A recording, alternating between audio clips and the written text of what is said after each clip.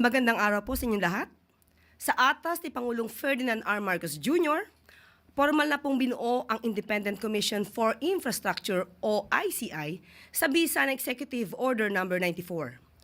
Ang layunin ng komisyon, ito ay magsasagawa ng malalim at walang kinikilingang investigasyon sa mga ulat ng katiwalian, maling paggamit ng pondo at irregularidad sa mga flood control at iba pang proyektong pang-infrastruktura ng pamahalaan sa nakalipas na 10 taon.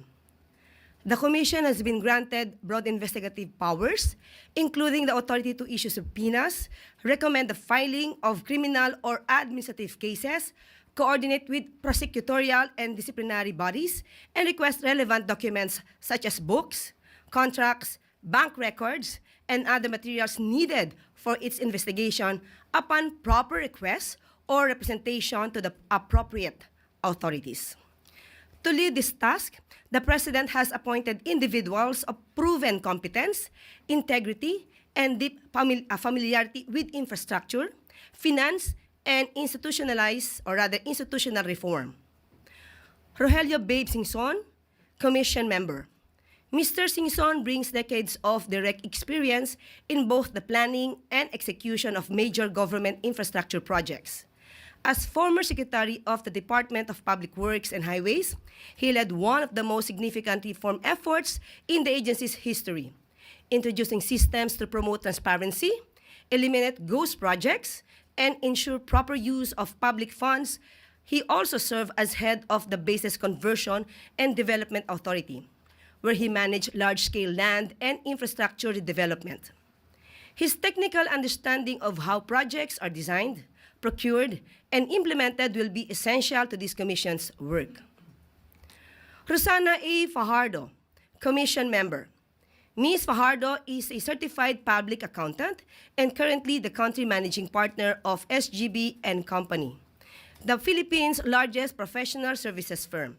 She has over 3 decades of experience in auditing, internal controls, and risk management, especially in identifying weaknesses in financial systems and operational processes.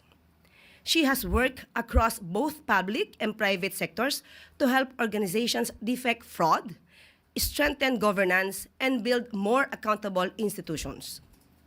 Her technical insight and financial acumen are critical in following the trail of public funds and determining where leakages and irregularities may have occurred. Mayor Benji Magalong, a special advisor and who will act as investigator for the ICI. Mayor Magalong is a career law enforcement officer who served as Deputy Director General of the Philippine National Police and as former Director of Criminal Investigation and Detection Group, or CIDG. He handled sensitive, high-impact investigations and helped lead institutional reforms in law enforcement through intelligence-driven forensic-based approaches. As mayor of Baguio City, he has continued to apply his strict standards of transparency and accountability in local governance. His experience in leading difficult investigations, uncovering internal wrongdoing, and enforcing compliance makes him a strong asset to this commission. The announcement of the chairperson of the commission will be made by the President in the coming days. Voluntaryo ang pagtanggap nila sa tungkulin na ito. Hindi sila hinihirang para ipagtanggol ang sistema kundi para harapin ito. Bawat isa sa kanila ay may mahabang karanasan sa pagtukoy ng mga problema sa loob ng mga institusyon at sa pagpapatupad ng mga reforma sa malalaking organisasyon. At pinakamahalaga sa lahat, wala ni isa sa kanila ang konektado sa anumang ahensya o kontratistang iniimbestigahan. Karapatan ng publiko ang magkaroon ng isang tunay na independent commission. Gaya ng paulit-ulit na sinabi ni Pangulo, walang sasantuhin dito. Kahit kamag-anak, kaibigan, kaalyado, there will be no secret cows. The Commission will begin its work immediately. Yusek, magandang hapon po. Yusek, meron po bang timeline na isinet para matapos yung investigation ng Independent Commission since merong clamor talaga ang public na mapapanagot agad yung mga sangkot dito?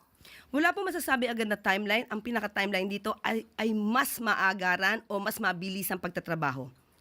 At mas mainam po matapos po ito sa loob lamang ng ilang buwan. Pero sabi nga po natin, sa dami po ng records na dapat aralin, ay bigyan po natin ng pagkakataon ang ICI na aralin lahat ang mga dokumento para po kapag ka po may sinampahang kaso, kumpleto naman po ang mga dokumento.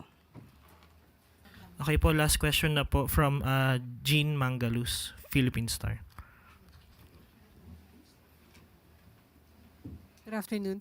How does the palace respond to the growing public unrest and protest, especially the large one coming on September 21? Is the ICI enough to restore public trust? Okay. First of all, the President will always respect this freedom of expression. So kung ano man po ang nararamdaman na sentimiento ng ating mga kababayan sa ngayon, yan po ay ginagalang ng Pangulo. Ang dasal lamang po natin, itong kanilang pagsisentimiento ay wag sanang sakyan ng ibang mga tao na hindi maganda ang naisin para sa gobyerno, kundi mag-destabilize. So yan po ay sinusuporta naman din po ng Pangulo ang mga hinaing ng ating taumbayan dahil ito naman po ay laban sa korupsyon. Ma'am, follow-up lang kay Mayor Magalong. Ma'am, follow-up lang po. Ma'am, sabi po ni Presidente, wala pong politician na involved doon sa... Mike. Ma'am, quick follow-up lang po kay Mayor Benji Magalong. Sabi po ni Presidente, hindi po siya maglalagay ng politician doon sa body. May we clarify lang po kung bakit po napili si Mayor Benjamin Magalong. And meron rin po kasing sinasabi si Congressman Zaldico na medyo may doubt kung si Mayor Magalong yung involved sa body dahil kung ano-ano na raw po yung sinasabi sa media bago pa mag-start yung investigation ng Independent Commission. Ang magiging papel po ni Mayor Benji Magalong ay special advisor. Hindi po siya kasama doon mismo sa 3-member commission. At malaking magiging tulong din naman po kung anong po ang nalalaman ni Mayor Benji Magalong. So bigyan po natin siya ng pagkakataon. At ang pagkakataon pong ito ay dapat niya ipakita sa taumbayan para mapagsilbihan kung anong interes ng taumbayan. Thank you po, Malacanang Press Corps. Follow up lang din po, ma'am. Isa lang po, ma'am. Ma'am. Oo.